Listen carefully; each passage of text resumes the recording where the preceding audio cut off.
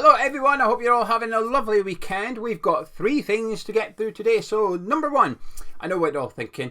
Oh, that Scottish one again.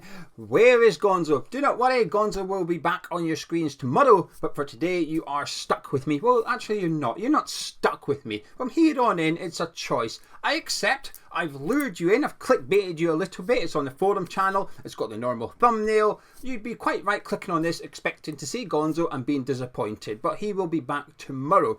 So that's the elephant in the room dealt with. Number 2, we drew Bayer Leverkusen in the Europa League quarterfinals, and that's what we're going to be discussing today. And number 3, someone tomorrow will hopefully win that signed Lucas Paqueta shirt. It's a lovely piece of kit, isn't it? Look at it, a signed Lucas Paqueta shirt. Hopefully one of you guys will win that tomorrow. I will explain how at the end of the video. But I even looked out my nice coat hanger so I could hang it up in the background. We've all got the cheap plastic ones in our wardrobe as well, haven't we? Well, I certainly do. But I wasn't taking that one out. I've got about 3 good wooden ones. So I spoiled you. I've taken out my best coat hanger for the Paqueta shirt today. Anyway, I'll explain at the end of the video. But what I want to discuss is drawn by Leverkusen in the Europa League. Now, you all know the draws happened. But I've changed my mind on this. Because after we beat Freiburg, we got into the quarterfinals of the Europa League. And to be fair, since we made it through and we've seen who else was in the last 16, I know we couldn't draw Leverkusen or Liverpool. But my mentality had always been, stay away from them two. Same with the quarterfinal draw. Anyone but those two. There was some I would have preferred. I would have preferred Atalanta probably, or Marseille or Benfica. But Leverkusen and Liverpool were the 2 teams I wanted to avoid. So when the draw was made, naturally, there was a bit of about it. Because I think we've been drawn against one of the 2 strongest teams and favourites for the tournament. And that is still true. I still think Liverpool and Leverkusen are the 2 teams left in it that are likely to go on and win this tournament. So there was an element of disappointment about it because I always want an easy route to final. Everybody's different, and this is where not going to the games probably gives me this mentality, and we may see a difference of my mentality compared to somebody who does attend these games, especially the away ones, where they would look at the teams and think about what away trip they want. And I completely understand that, by the way. I'm not saying they're wrong. I think they're right to do that. Why would they not want to go to AC Milan? Why would they not want to go there? Of course they do. One of my friends, when we drew Freiburg, I really wanted Freiburg in the last 16. So I was happy when we got them. For obvious reasons, I knew we could beat them. We'd done it twice already. I wasn't very impressed with what I've seen against West Ham. I'm not very impressed by them. Actually, that's a lie. When I see them in the Bundesliga, I think they're all right, actually. But I was comfortable getting drawn against Freiburg, so I was happy with that draw. But one of my friends spoke to me and he said, I was disappointed. It's the last draw I wanted. It wasn't really exciting for me. I wanted a big European glamour tie. Whereas I was a bit, no. I want to get through. I want to get to the quarterfinals. Now, it's possible to do both, I think. I think there is some big European teams out there that we'd likely have beaten. So he was disappointed to get Freiburg, whereas I was delighted. Anyway, so when the quarterfinal came round and we got Leverkusen, I had that element of disappointment. But there's been 2 huge advantages with the draw, I think, outside of us getting the leaders of the Bundesliga.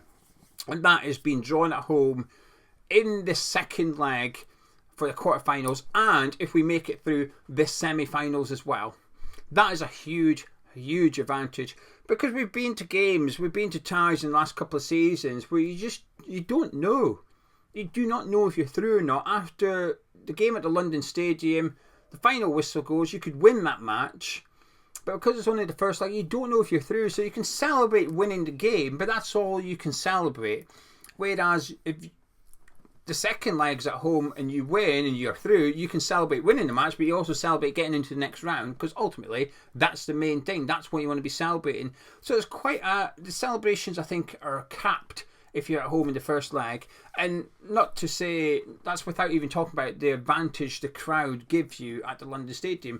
Now, I wasn't there on Thursday. I know plenty of people that were, and they've all reported back to me. I say reported back, they've all told me that atmosphere-wise, it was really good. And I've been to some of the European games at home in the last couple of seasons as well, and the atmosphere is better than it is for a Premier League game, for example. So I've got no doubts that if we're still in the game, if we're still in the tie, for the second leg against Leverkusen. The London Stadium will be a good place to be. I've got my ticket purchased already. I'm really looking forward to it. Do I think we'll win? No. At this point, I do not. But I'm not as pessimistic as I was. And I found myself in the last 24 hours since the draw was made getting quite excited about it, actually. And I think while I disagreed with my friend about the last 16, because when I really went Freiburg, I found myself edging over to his way of thinking in regards to Bayer Leverkusen. I don't know if he considers Leverkusen as one of the glamour ties or not. I haven't spoken to him about it. But the Freiburg draw didn't contain that much excitement, because while I wanted them, I will admit that because it was the third time we were playing them, because the romance was gone a little bit of that draw for me. It was a bit like I compared it to drawing Crystal Palace in the FA Cup third round. That when the FA Cup round draws come out, I get quite excited, to be honest with you, about who we might get. And if you get drawn against another Premier League side, it just removes something, doesn't it? What is special about the FA Cup draw? It's gone. If you get drawn against someone in the same league as you, that excitement's gone a little bit. So with Freiburg draw, that element was there. While I was happy with what I got, I have to confess, it just didn't have that feel about it. But the Leverkusen one just has that one. I don't know if any of you watch Dragon's Den. I love the Dragon's Den, but I don't know if any of you ever watch it. But in years gone by, not so much anymore for some reason, years gone by, Deborah Meaden used to say about potential deals coming into the den. She used to rub her fingers and say, it's got this. And she didn't know what that was, but you got what she meant. It's got a little bit of magic about it. I think the Leverkusen ties just got a little bit of Deborah Meaden's magic. I'm really excited for this one. So we've got one advantage, playing at home in the second leg. We're the underdogs. This isn't one of the two advantages, by the way, but we are the underdogs. I think we perform better. And it does have elements of that Sevilla tie from a couple of years ago about it, where Leverkusen are expected to go through here. They're the favourites. They'll be the firm favourites to make the semi-finals, understandably so. I think it's 37 games they played this season, unbeaten. All the pressure's on them. I'm aware Karabag scored a couple of goals each time against them, and they were close to putting Leverkusen out, a couple of stoppage time goals. The first leg especially, Leverkusen heavily rotated for that game. 8-9 changes they made to their first team. It was a second string side they put out, and they still drew 2-2. They were 2-0 down, and they took it back to 2-0. A stronger team on Thursday night got the job done just, with Schick scoring 2 late goals, so they got into the quarterfinals. Now, I know a lot of people would suggest that their focus will be on the Bundesliga title. Whilst I kind of agree, at the moment they've got a 10-point gap in 9 games to go. It's a huge lead. There's obviously a few games between now and then. They play Freiburg this weekend, for example. I wouldn't be surprised if by the time we go to play them, it's greater than 10 points, or even if it's just 10 points, if they can maintain that. Because there's so few games left in the Bundesliga, they'll be able to focus on the West Ham game. Now, they've got tough games around us. They've got Stuttgart, they've got Dortmund, so they've got tough games around the West Ham fixture. I'm just not convinced Xabi Alonso will rotate and focus on the Bundesliga title, because I think he will have leeway in the league. If they were to slip up between now and then, even just draw a couple of games and Munich were able to decrease that gap, then maybe. Because I think Xabi Alonso's put himself into this position where he has to win that Bundesliga title now. They've been the underdogs all season, Leverkusen, but in the last month or two, they've become the favourites to go on and win it, especially since they beat Bayern Munich. It's announced Tuchel's leaving. Everybody expects Leverkusen to win that title, so they've almost got to do that. Would Leverkusen getting beat by West Ham in the quarterfinals be deemed a failure? Probably not. Will them not winning the title from here be deemed a failure? Absolutely. Anyway, Tim Steidten Derby, isn't it? The Scarfman Derby. Whoever wins. I wonder if Tim Steidten's scarf would be really big and it'll be a half and half scarf. That might be the biggest half and half scarf we're ever going to see around Tim Steidten's neck for this game. The second thing that's got me feeling quite optimistic, actually, and this contains a big if. Hypothetical. If you don't like those situations, leave now. But a big if. If we can get through this and beat Bayer Leverkusen. Like I said, at the minute, I don't think we'll do it. However, there's a lot of variables. It's a month away. A lot of things can happen. Injuries, form, to both sides this is. A lot of things can happen. But if we get through, obviously we know who we'll face in the semi-finals. We've avoided Liverpool. They were the one, while I wanted to avoid Leverkusen and Liverpool, it was Liverpool I wanted to avoid at all costs, because I think we've got a small chance against Leverkusen. I say small, we've got a bit of a chance against Leverkusen. If we can lose by a goal away in Germany, I'll take that. Take it back to London Stadium. Game on, let's go. I don't think we'd lose by a goal at Liverpool. I think we could easily have lost 3 or 4. They're ruthless at the minute. I did not want to play them. Over a 2-legged tie in the semi-final against Liverpool, I would have given us very, very little chance. In a one-off game in a final of the Europa League, bring it on. I'd fancy a little bit of that, actually. We've avoided facing Liverpool until the final, should we get there. I think that's a huge advantage. I will say this now. I'd be more confident for the semi-final, regardless of which one of those Italian teams we face, than I am for the quarter-final. So while I might be thinking, hey, you're a bit pessimistic about the quarter-final, I am. But what I am is optimistic about the semi-final. If we make it through, I'd almost be quite confident that we will then make it to Dublin in the Europa League final. My attitude's changed completely. Like I said, at the start, draw against Leverkusen, no thank you. But now, do you know what? Bring it on. Because some people commented, but I did a watch along with Charlie, and if you've watched that and you're watching this, I appreciate it's very repetitive, so I apologise. But some people commented saying this is what European football's about, isn't it? If you want to be the best, you've got to beat the best. We're coming up against new teams. They're bang on. They are bang on. I find myself agreeing with people like this. Like I said, I don't mind. When I read subscribers' comments, sometimes I will change my mind about stuff. They will persuade me, twist my arm a little bit. Not about everything, but they will about some things. And when I read those people who were quite excited about facing Leverkusen, I found myself getting excited. So I think the subscribers have sort of G'd me up a little bit for this tie. And I'm almost rubbing, I literally am rubbing my hands.